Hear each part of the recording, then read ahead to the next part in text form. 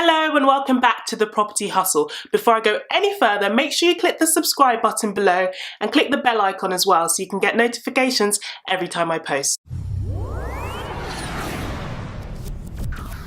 Okay, so for today's video, I thought I'd do a quick Q&A. It's been a while since I've done a property Q&A, and people have been submitting their questions on various platforms, YouTube, Facebook, face-to-face. You know, people know that I'm in the property sphere, so they're constantly asking me questions. So I thought I would do a property Q&A today. I think this is my second Q&A on this channel. Let me know if you want to hear more Q&As. Submit your questions in the comment boxes below. Email me, thepropertyhustle@gmail.com. Reach us on Facebook as well. Yeah, I take questions from any platform, and anything that you might feel you want answered, either personally, I'm happy to do direct conversations with you, or, you know, if you think it's something that's useful for everyone else to hear about or to get an answer for, feel free to submit them and I will answer them in the next Q&A. So the first question is coming from a YouTube follower, Yemi Ibitola. I hope I've pronounced your name correctly. Now, Yemi wrote this question on my rent-to-rent video that I did a few videos back. I'll put a sort of link here if you want to watch it. Rent to rent is a type of property strategy whereby you rent a property off of a landlord as a whole, and then you rent out the rooms on an individual basis to other tenants, and you make sort of the profit that you make is the difference between the rent that you're paying the landlord and the rent that you're getting in from your tenants. Okay, so it's quite a lucrative strategy, and a lot of people start off doing it in property because it doesn't require too much money. You don't need a huge deposit. And so Yemi has asked, how do you convince a landlord to rent a property when you're a beginner? So this is a question that I asked myself when I was starting out. It's one of those strategies where people hear about the strategy, they're like, okay, first of all, isn't that subletting?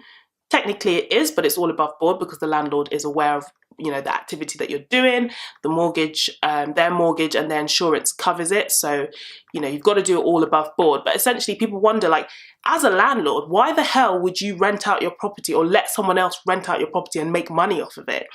You have to remember that being a landlord is not an easy task at all.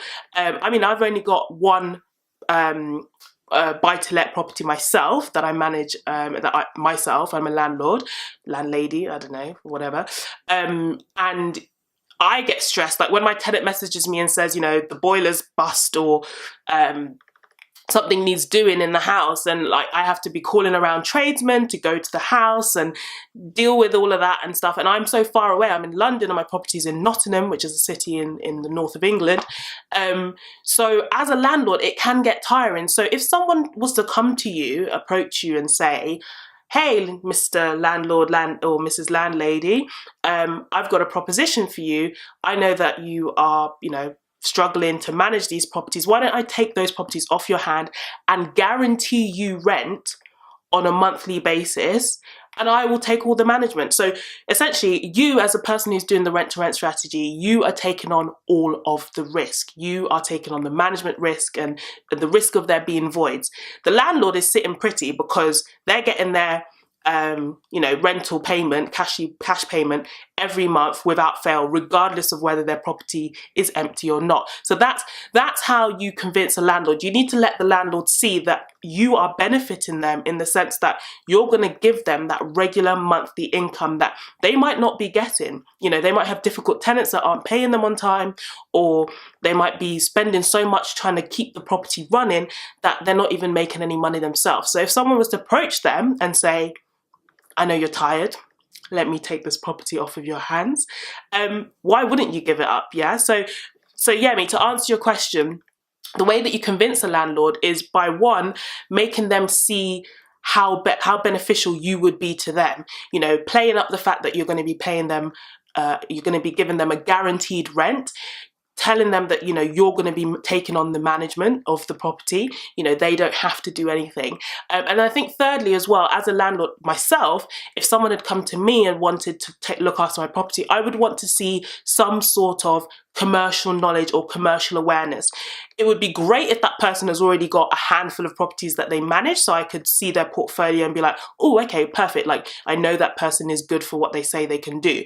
But if you don't already have properties, which is usually the case when you're starting out, show them that you've been to property meetups, show them you've got property investor friends, you know, talk to them about the things that you've learned, the books that you've read, the knowledge that you've acquired. Tell them about things that you've done already to like clue yourself up about this particular strategy. And you'd be surprised, some landlords will be willing to take the risk on you if you show that you are, you know, a go-getter and you're trustworthy. So yeah, those are my kind of 3 pieces of advice if you want to go down the rent-to-rent strategy and you're not so sure how to convince a landlord. Second question comes from a friend of mine actually on Facebook. He follows our Facebook page, The Property Hustle, and it wasn't so much a question as such. You know, I'll read the comment he's put down and then we can kind of pick it apart and I'll try and formulate a question out of it to give him an answer, give you guys an answer. So Mo asks, well, it's less of a question, but more of an issue I want to bring up. Our local area / estate in northwest London is being targeted for regeneration by Brent Council. They want to knock the whole estate down and build unaffordable flats, including private landlords' properties. Is this something now that we need to consider when buying homes anywhere in London? Is there a looming cloud of regeneration waiting for us every time we scrape up enough for a deposit to buy somewhere? Okay, I feel like this is quite a meaty question. I feel like there's various questions embedded within this comment.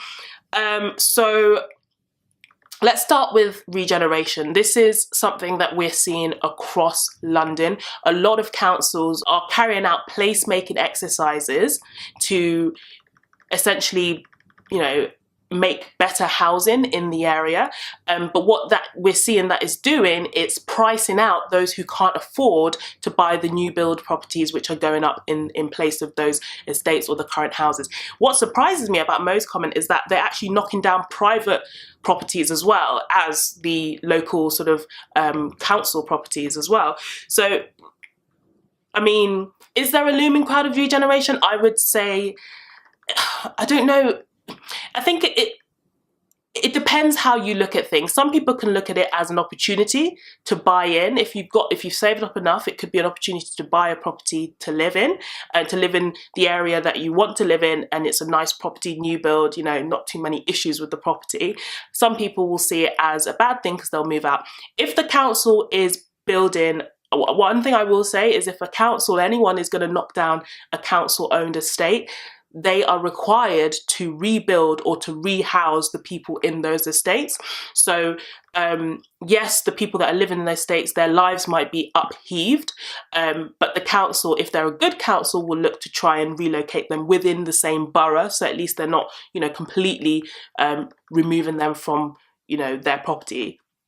If you're a private landlord and the council is looking to do works or to take over an area, they are also required to do something to benefit you. So they would either have to pay, if they're going to do a compulsory purchase order, which is what it's known as, a CPO, they will have to pay out anybody that owns property on that land. In order for the council to come in and redo that land, they're going to have to pay out. So there's positive and negative sides to regeneration as a whole.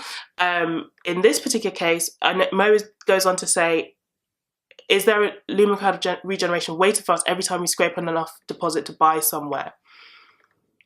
I guess what he's worried about is once he's got enough to buy and he buys, are the council then going to come and just basically regenerate the area and say, you know, get out?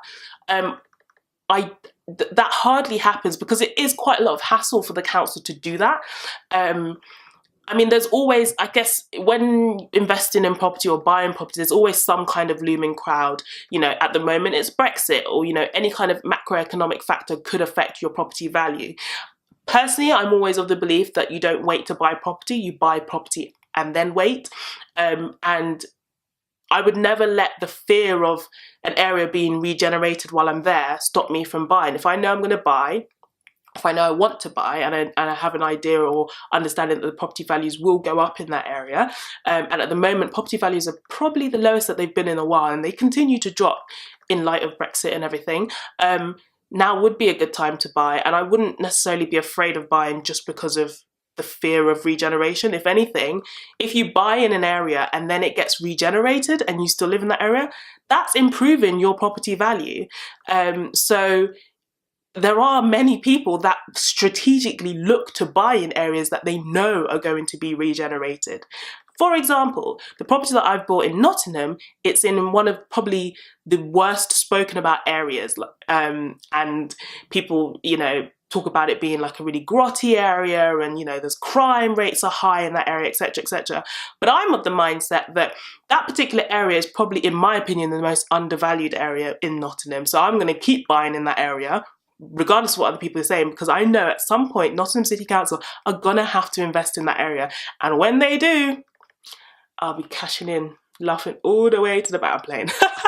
No, I won't be laughing all the way to the back. But I think as an investor, and to be honest, you don't even have to be an investor. If you want to buy a property, you're always going to look for, you want to always buy the worst property on the best kind of street-ish, or a really bad property in a really bad area that you know or have an inkling that the area is going to go up in value or be regenerated. The council or the local authority is going to invest money into it, and you're going to, you know, increase the value of your property. Mo, I hope that has answered your question. I feel like I've been waffling. If it hasn't answered your question, you've got my number, message me and let's chat. So unfortunately, that is all my questions for today. I hope I've given you some nuggets of knowledge. Hopefully the questions and the answers were helpful.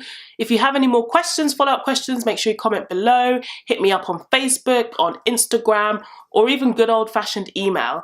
I'm here to answer your questions, and if I can't physically answer them, I shall endeavour to find someone that can. Unfortunately, that is it for this video. I hope you found it useful. If you did, give it a thumbs up and don't forget to subscribe for new content every Sunday. Thank you so much for watching. See you next time. Bye.